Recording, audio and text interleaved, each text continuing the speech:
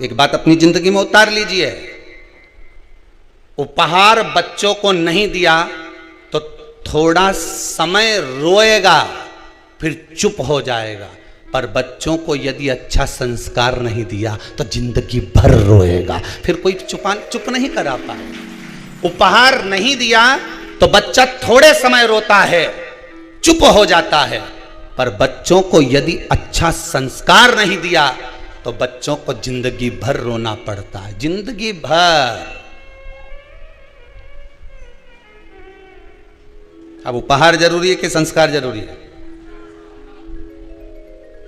जिस घर में पानी की कमी होती है, जिस गांव में पानी की कमी होती है, वहां की फसल बिगड़ जाती है। जहां संस्कारों की कमी, वहां की नस्ल बिगड़ जाती है। हम पहले भी कथा में बोले हैं, जिसको दुनिया चुनती है वो संसद में जाकर बैठता है, और जिसको मेरा शंकर चुनता है वो शिव महापुराण में जाकर बैठता है।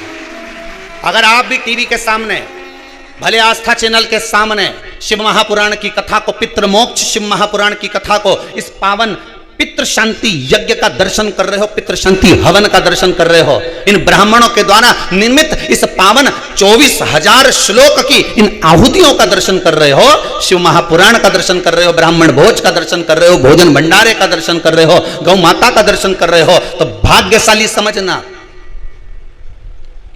जिसको मनुष्य चुनता है वो संसद में बैठता है, जिसको मेरा शंकर चुनता है वो सत्संग में बैठता है, वही शिव महापुराण में बैठता है। ये तो तुम्हारे हाथ में रिमोट रखा है, बदल सकते हो टीवी, पर तुम्हारा चित्त, तुम्हारी वृत्ति, तुम्हारा मन शंकर से अगर लगा हुआ है तो समझ लेना तुम कथा नहीं सुन रहे हो। अगर आपका मन कथा में लगा हुआ है तो आप कथा नहीं सुन रहे हो, शंकर कथा को श्रवण कर रहे हैं, शिव सुन रहे हैं। और आपके घर में अगर टीवी चल रही है, शिव महापुराण की कथा मोबाइल पर, फेसबुक पर, यूट्यूब पर या टीवी पर चल रही है, उसका जो वॉल्यूम बढ़ा हुआ है, उसके शब्द जैसे सिंह गर्जना करता है, शेर धाड़ता है, तो छोटे छोटे जीव भाग जाते हैं, हिरण आदि छोटे छोटे पक्षी पशु भाग जाते हैं। उसी तरह जब शिव महापुराण के शब्दों की गर्जना होती है तो ना जाने कितने पाप कर्म हमारे चले जाते हैं और ना जाने कितने जीवों का कल्याण हो जाता है, मात्र उसकी गर्जना से, मात्र शिव महापुराण के स्मरण से, शंकर के अनुमोदन से। ब्रह्मा जी ने केवल एक उनकी चित्त वृत्ति से विचार कर लिया, ब्रह्मदेव ने। ब्रह्मा जी विचार करे कि मुझे आधा आधा बनाना था, तो ब्रह्मा जी ने दोनों को जोड़ के बना दिया। अब जो जुड़ के बना ना, वो किन्नर उत्पन्न हो गए, आधा पुरुष आधा स्त्री। भगवान विष्णु जब भगवान देवाधिदेव महादेव के साथ निकले, भ्रमण के लिए आए, उन्हें देखा, किन्नरों को देखकर भगवान विष्णु को हंसी आ गई। भगवान शंकर को अच्छा नहीं लगा, प्रभु ये आपने गलत कर दिया, आप हंसे क्यों इन पे? कि भगवान विष्णु बोले भगवान महादेव जी से, आपने बोला था सृष्टि को रचने के लिए, आपने कहा था आधा पुरुष बनाना आधा स्त्री बनाना, ब्रह्मा जी ने दोनों को भेला करके बना दिया। अभी आपको कथा में कहा, जिसकी बुद्धि में जैसा होगा कथा वैसी मिलती है। आप अच्छा सोचकर कथा सुनोगे तो आपको अच्छी मिलेगी। आपने कथा में अगर बैठे हो और बुराइयां छाटना चालू कर दी कि महाराज जी ने क्या बोला, क्या नहीं बोला, क्या करा क्या नहीं करा, तो तुम केवल बुराई छाटने बैठे हो तो बुराई ही मिलेगी, केवल बुराई नजर आएगी। जब तक तुम्हारे छोरे की शादी छोरी से नहीं हो जाए तब तक छोरी ऐसी लगे इतनी बढ़िया लड़की है गुरुजी, ऐसी बढ़िया, उसका परिवार का लोग भी अच्छा है ना, उसकी माँ तो इतनी सीधी बापड़ी है, उन्हें बोलना ही नहीं आए, बहुत बढ़िया। उसका पिताजी बेचारा दुकान पे जाए न जाए, 2-3 भाइयों का परिवार है, दोनों तीनों भाइयों तो बेचारा खूब चतुर ने, बेचारा यही हमारा BI जी घना सीधा अच्छा, और उनका छोरा भी इतना बढ़िया बेचारा, इतना सीधा साधा, ने पूरे परिवार का गुणगान गाओ। कब तक? जब तक भावन नहीं टल जाए। और जी दिन शादी करके आई, उसका 1 साल निकलिया, उसके बाद तो मोबाइल पे बात करने की भी डिजाइन बदल।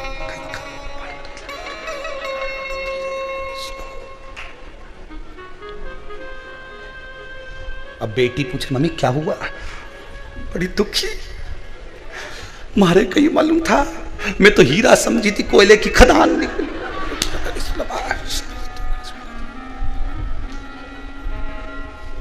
ऐसो कोई नहीं रे, या हीरा को परखियो राम, कोई नहीं रे। अभी तुम्हारी दृष्टि अच्छी थी इसलिए उसकी माता भी अच्छी लग रही थी, बोलो सही है कि गलत है? अभी तुम्हारी दृष्टि अच्छी थी इसलिए उसके पिता भी अच्छे लग रहे थे, बोलो सही है कि गलत है? तुम्हारी दृष्टि अच्छी थी, तुम सीधी थी इसलिए सामने वाले सीधे नजर आ रहे थे। बहू आने के बाद तुम टेढ़ी हो गई तो जम के बोलो सामने वाला भी टेढ़ा हो गया। दृष्टि का भेद है महाराज, इसके सिवाय कुछ भी नहीं है। अब क्या कह रही है? ये सब उसकी मां सिखा रही है। पहले क्या बोल रही थी? उसकी मां तो ऐसी पगली होके कहीं नहीं यार, बेचारी सीधी सादी। हाँ उसकी चाची उन तेज है, न उसका छोटा भाई तेज, न वो तेज, पर मां सीधी, न उसका बाप सीधा। अब कौन नजर आ रहा है? वो तो जब जाए नहीं जब उसकी मां कहीं ना कहीं सिखा है। अब ये कौन बोल रही है? जम के बोलो जरा।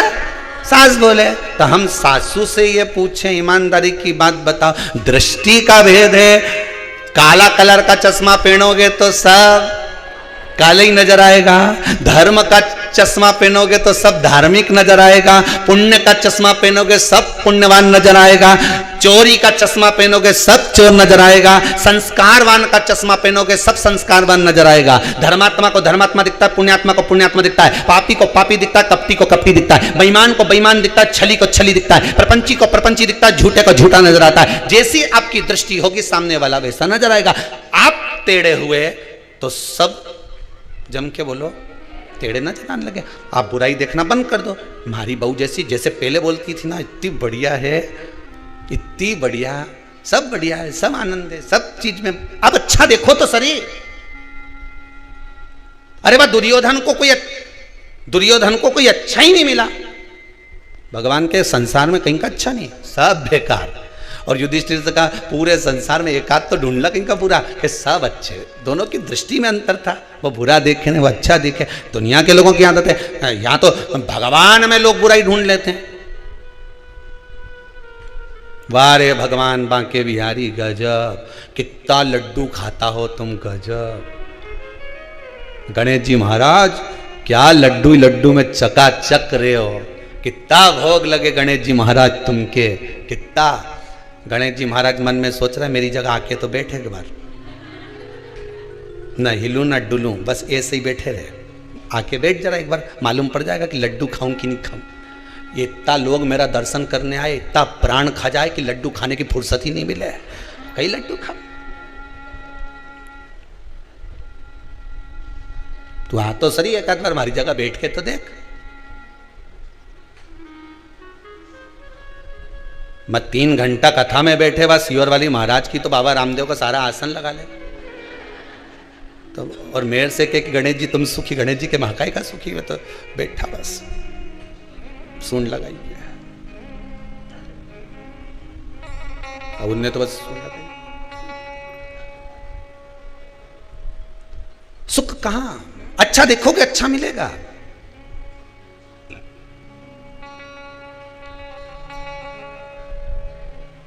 कितना खर्च करने के बाद भी सुख का अनुभव नहीं होता। शादी में कितना खर्च करते हो? 2-4-5 लाख रुपए तो बड़ी बड़ी शादियों में तो 50-50 लाख खर्च हो जाता है, 5-5, 10-10 लाख खर्च हो जाता है। सब आइटम जोरदार जोरदार बनना चाहिए, गुलाब जामुन, इमरती, भजिया, पकौड़ा, मीन चाउमीन, ये और पानी पतासा, और ये सब तैयारी खूब जोरदार करी। गरम की गरम माल खिलाया, BIG के खूब जोरदार खिलाया। और कहीं कथा सत्संग में जाओ, ठंडी पूड़ी मिले, बोलो जम के खाओ कि नहीं खाओ, उसमें भी क्या जोरदार भोजन बना साहब, भगवान का प्रसाद में तो आप रूप स्वाद आ जाए। तो यही स्वाद में शादी में क्यों नहीं आए? लाखों रुपए खर्च करे, कितना खर्चा करा,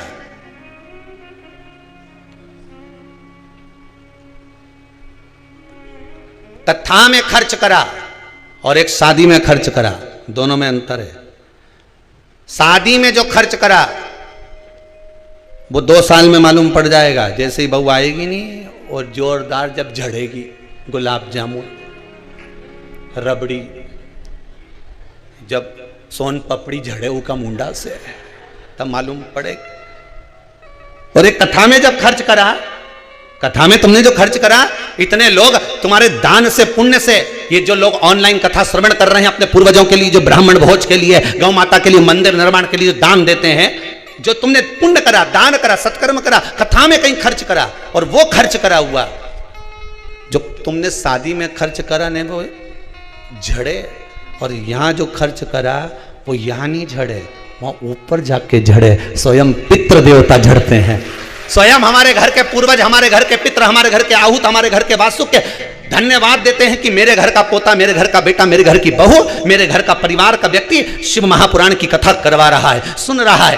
दान कर रहा है, पुण्य कर रहा है, सत्कर्म कर रहा है। मेरे घर के बच्चे इस पितृपक्ष में शंकर की कथा का अनुमोदन कर रहे हैं, जिससे मेरा कल्याण हो रहा है, मुझे कुछ प्राप्त हो रहा है।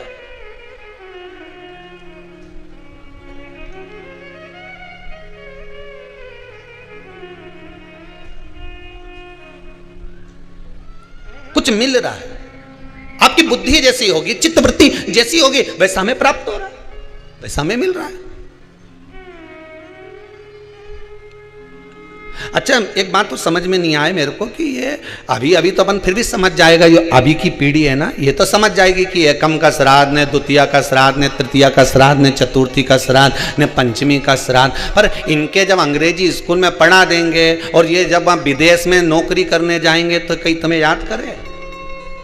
अरे बोलो तो सही, निपटा हुआ के कौन याद करेगा कि हमारा पिताजी एकम के गया, काका जी ने दूज के गया था, तीज के गया था। अब तुम वो अपनी पत्नी के कह भी दे कि वो दूज का श्राद्ध है हमारा दादाजी का, तो पत्नी बोले कहाँ की दूज, और बोल भी मत देना दूज, नहीं तो वो दूज, तुम दूज बोलो वो दोचे, वो कहाँ की दूज, मैं तो पहचानू ही नहीं है दूज के।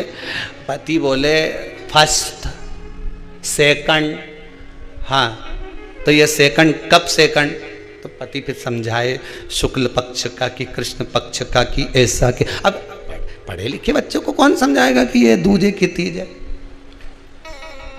इसीलिए कथा कह रही है शरीर चले और तुम्हारी घर में चले तब तक पुण्य कर लो दादा, नहीं तो सेकंड और फर्स्ट में फंसा देंगे।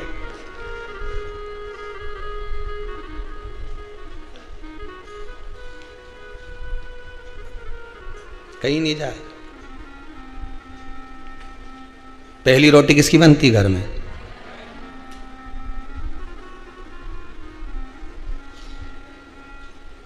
पर जिसके यहां बहुत जल्दी रहे, नहीं मेरे को जाना, जल्दी रोटी बना, उन्हें कहा भी बना के ले 2 पराठा, और वो पहले नंबर का पराठा ही ले जाके दे दिया।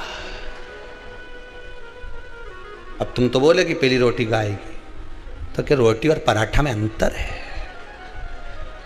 और यह शास्त्र के कि तवा पे तो डली नहीं, कढ़ाई पे तो पड़ी नहीं, मतलब जो पहली बनी वही पहली जाना थी। पर अब उनके जल्दी जाना था तो रोटी, अब किसी ने कथा में कह दिया कि बता हमने तो सियर वाला महाराज का मुंडा से सुनी थी कथा, उन्हें कहा था कि पहली रोटी गाय के देना चाहिए, तुमने पहला पराठा बना के उनके गाय खिलाया, तो क्या कहीं गौ माता से कम है? कहीं अभी तो गौ माता, पहली रोटी गाय को दे दो। 16 श्राद्ध में, श्राद्ध पक्ष में जो लोग गया जी नहीं जा सकते, ब्रह्म कपाली करने नहीं जा सकते, किसी जलाशय पर जाकर तर्पण तिलांजलि नहीं कर सकते, तो गरुड़ पुराण कहती है 16 श्राद्ध में 16 दिन तक गया फाल्गुन नदी का पूरा पुण्य, गया सुर का मुख का हस्त कमल का पूरा पुण्य गाय माता के मुख में आकर विराजमान हो जाता है। 16 श्राद्ध में गाय को एक रोटी अगर दी जाती है तो गया जी में पिंड दान करने का पूरा पुण्य फल जीव को प्राप्त हो जाता है, जीव को प्राप्त।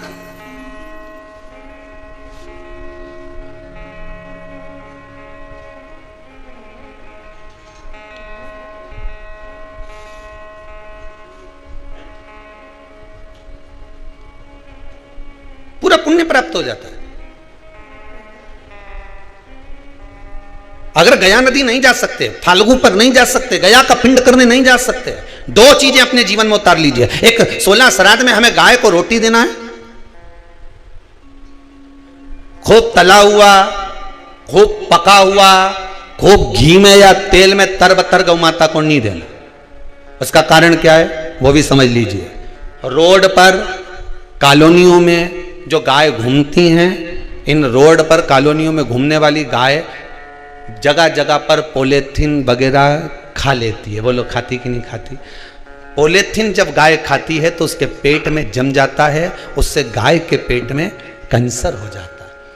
उसको तुम अच्छा पदार्थ खिलाओगे तो गाय हो सकता है कि बीमार पड़ने लगे। इसलिए ज़्यादा घी का, तेल का कोई पदार्थ गौ माता को ज़्यादा ना दीजिए। इसलिए हमने जैसे आपको कहा कि निःशुल्क पितरों की शांति के लिए जो कोरोना में शांत हो गए उनके लिए ये यज्ञ रखा है, हवन रखा है।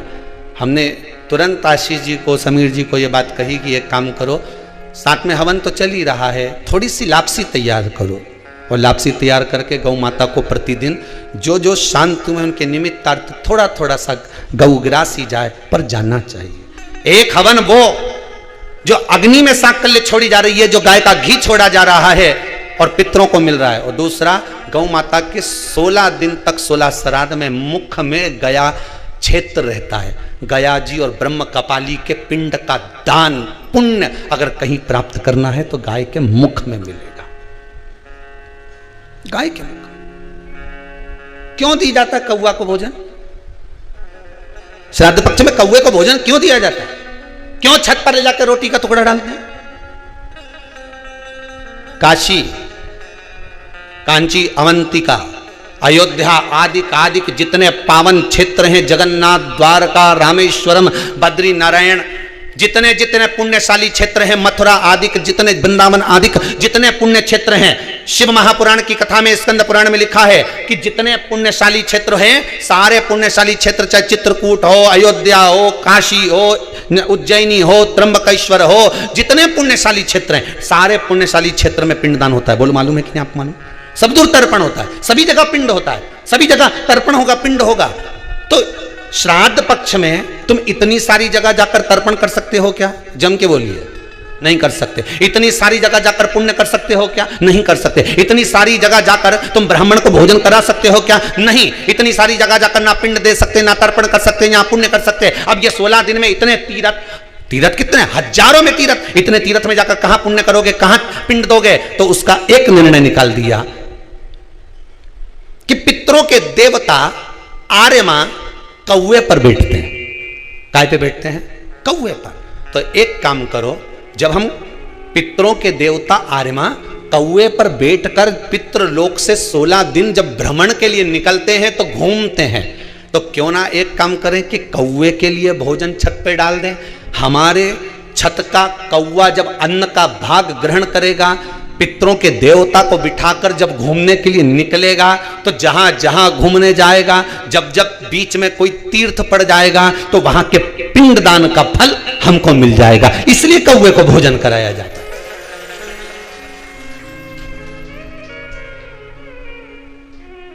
कौवे को भोजन कराने का कारण ही यही है।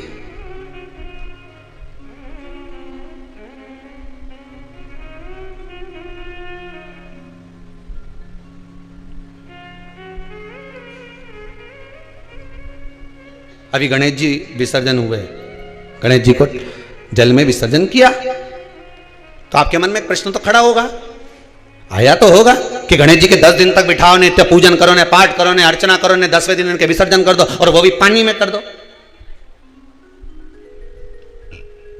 पानी में विसर्जन करो। तो ये कहां लिखा है कि जल में विसर्जन करो? श्रीमद् भागवत पुराण की रचना जब वेद व्यास जी महाराज करने के लिए बैठे, वेद व्यास जी ने सुखदेव जी से कहा कि मैं मंत्र बोलूंगा, मैं श्लोक बोलूंगा, इसको लिखेगा कौन? तो सुखदेव जी ने बोला गणेश जी से विनती करो। गणेश जी से कहा कि आप लिखोगे? गणेश जी बोले मैं लिखने को तैयार हूं, पर बोलते बोलते तुम रुक गए तो मैंने भी लिखना छोड़ दूंगा, उसके बाद मैं भागवत को विराम दे दूंगा, मैं आगे नहीं लिखूंगा। अब वेद व्यास जी बड़े चक्कर में पड़ गए, क्या करें? तो गणेश जी से कहा मेरे श्लोकों में कुछ गड़बड़ी हो सकती है, उसमें से गलती को छांटना पड़ेगा, फिर लिखना पड़ेगा। कितना सुंदर संबोधन श्री वेद व्यास जी ने कहा कि मैं जो श्लोक बोलूंगा आपको लिखने के लिए है, उसमें मैं कुछ गलती करूंगा, उस गलती को छांटना है, तब श्लोक लिखना है। क्यों कहा वेद व्यास जी ने ये बात? गणेश जी भगवान है, वेद व्यास जी कहते हैं मैं तो संसारिक मनुष्य हूं ना, गलती तो कर सकता हूं। गलती कौन करता है? जम के बोलो भगवान गलती करता है क्या? नहीं, गलती कौन करेगा? मनुष्य। गलती मानव करेगा, गलती मनुष्य करेगा। और गलती करने के बाद अगर हमसे अपनी जिंदगी में कोई गलती हो जाती है तो एक बार क्षमा मांगने में कुछ जाता है क्या? प्रणाम करने में कुछ जाता है क्या?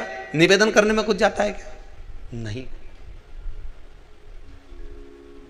गलती हो गई मुझसे तो गणेश जी आप गलती को छांटना, लिखना। गणेश जी महाराज लिखने बैठ गए। लिखते लिखते लिखते लिखते 10 दिन हो गए गणेश जी महाराज को।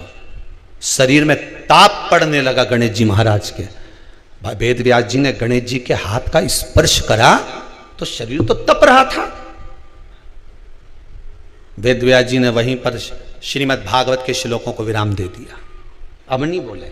गणेश जी लिखते लिखते लिखते लिखते लिखते लिखते थक गए, ताप पड़ गया, शरीर गर्म हो गया। वेद व्यास जी ने कब करूं क्या? 10 दिन से लिख रहे हैं और शरीर पर ताप पड़ रहा है, करा क्या जाए? उन्होंने गणेश जी का हाथ पकड़ा, उठाया और कहा चलो प्रभु हमारे साथ में। वेद व्यास जी गणेश जी को ले गए और ले जाकर शीतल जल में श्री गणेश जी महाराज को बिठा दिया। गणेश जी को पानी के अंदर उनको विराजमान कर दिया कि अब आप ताप को थोड़ा ठंडा कर लीजिए। शीतल जल में बिठाया। उस दिन से नियम हो गया कि 10 दिन गणेश जी बैठते हैं और फिर उनका विसर्जन होता है पानी के अंदर, जल के अंदर, शरीर का ताप मिट जाए। तो गणेश जी ने वचन दिया है वेद व्यास जी महाराज को, आपने मेरे ताप को मिटाने के लिए मुझे जल में बिठाया है। जो मुझे जल में विसर्जन करेगा मेरा ताप तो मिटेगा ही, साथ में जो मुझे जल में विसर्जन करेगा उसके जीवन के भी ताप को मैं मिटा दूंगा, उसके जीवन के ताप को मैं मिटा दूंगा। ताप मिटा दिया। पर करो गणेश जी का विसर्जन, मना नहीं है वो, पर अच्छे से करो रे हो। अब मत छोरा छोरियों ने तो निशाना लगाए, वो हमारा गणेश जी जई दिया, वो हमारा सबसे आगे पहुंचा तो इधर वाला ने इधर से फेंका, हो गया। ये हमारे धर्म की हंसी उड़ा रहे हैं, ये हमारे धर्म की हंसी है।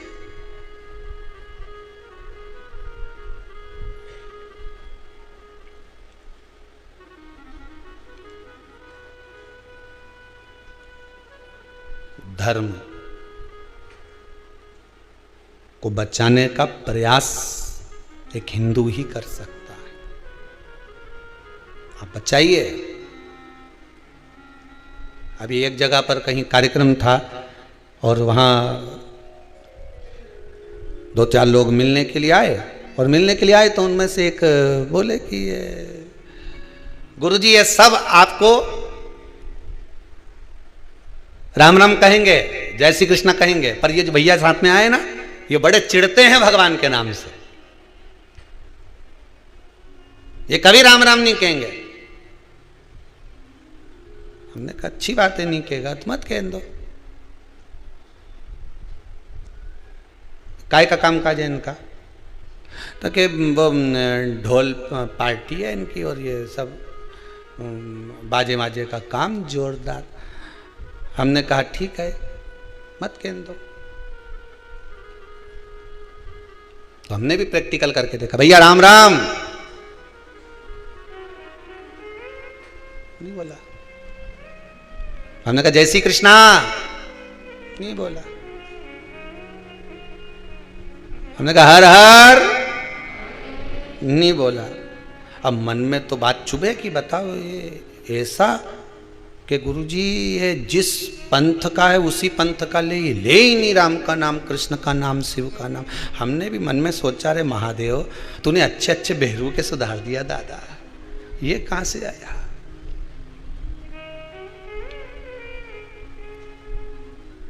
अब अभी गणेश जी का विसर्जन था, तो हमने कहा जाओ उसी के यहाँ का बैंड बुक करके आओ,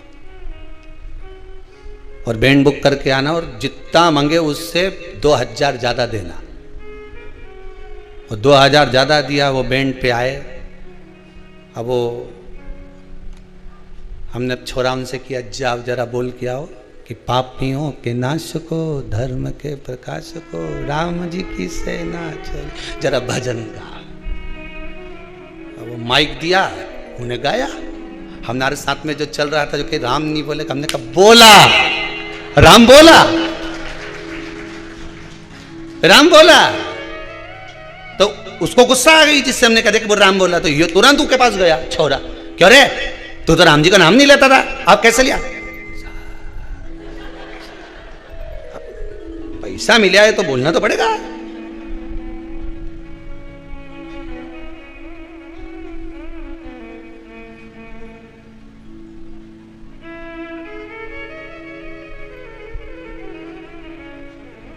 पूरी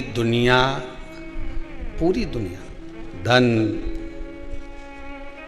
रुपया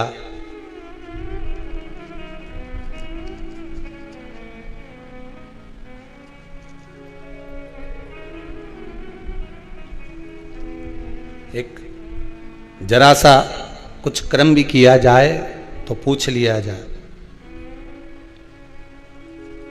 कि भाई धन कितना मिलेगा,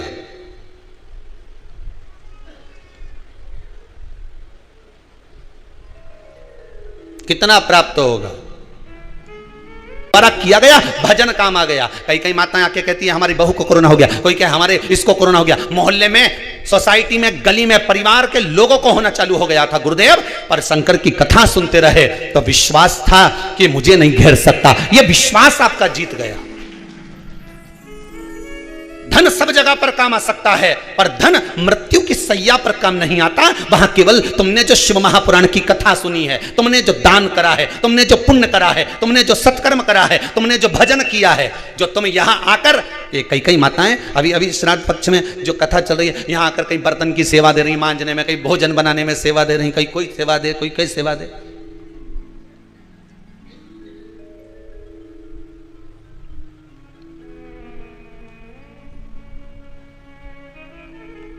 सेवा तुम कर रहे हो।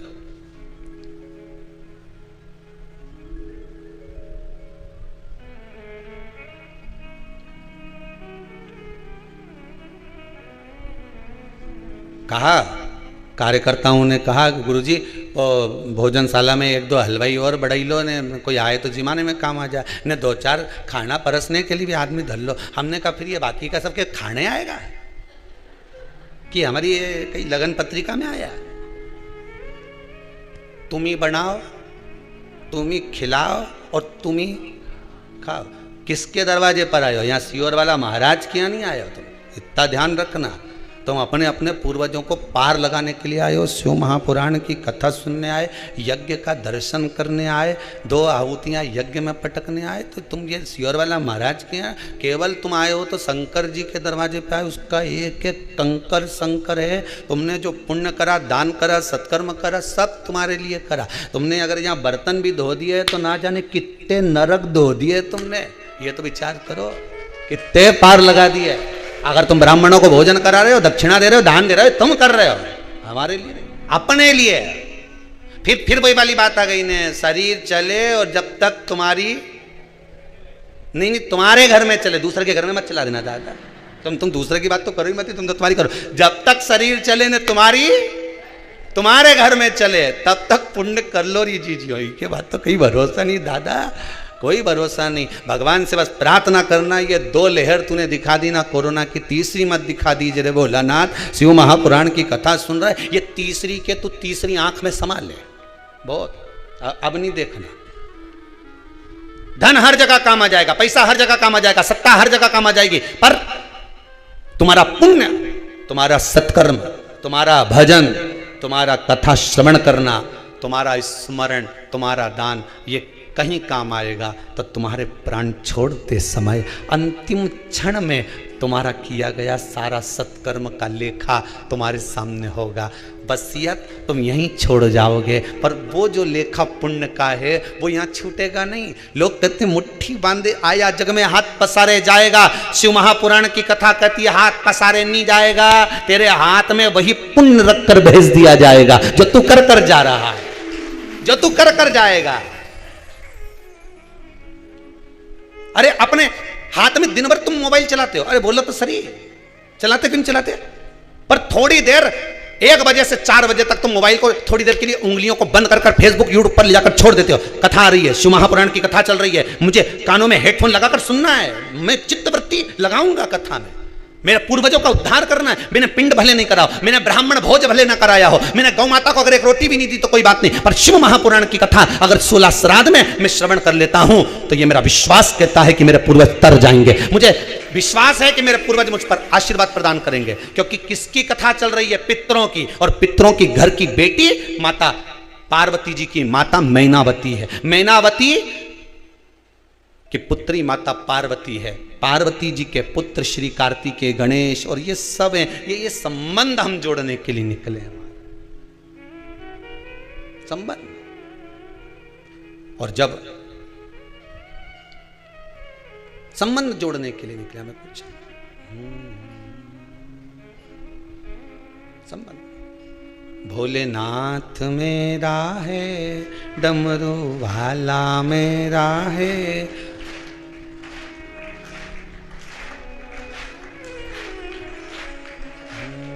वो काशी वाला महादेव मेरा है। भोलेनाथ मेरा है, डमरू वाला मेरा है, वो काशी में रहने नाथ मेरा है। भाव से कहिए, भोलानाथ मेरा है, महादेव मेरा है, काशी रहने वाला भोलेनाथ मेरा है, भोलानाथ मेरा है।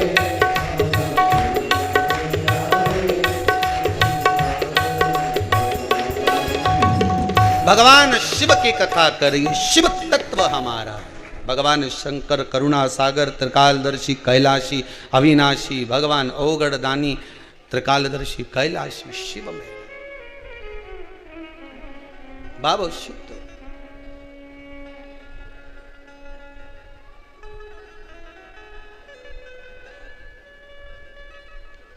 और जब ओगढ़दानी शिव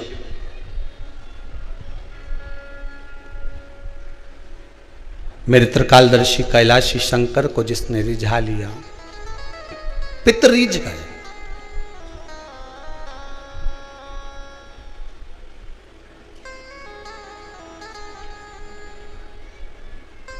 फिर रिझाने के लिए कुछ चीज की जरूरत नहीं है। ब्रह्मदेव ने गलती कर दी, विचार दृष्टि की हो जाती है, किसी किसी के साथ गलती हो जाती है। बोला कुछ जाता है, समझा कुछ जाता है।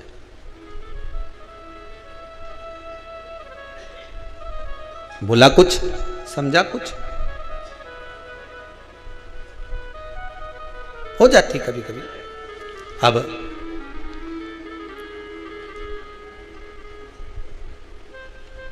ब्रह्मा जी के उस स्वरूप को जो बनाया था किन्नर, आधा आधा, भगवान विष्णु हंस दिए। आप हंसे हो, आपको भी एक बार किन्नर बनना पड़ेगा। द्वापर में कृष्ण अवतार के समय पर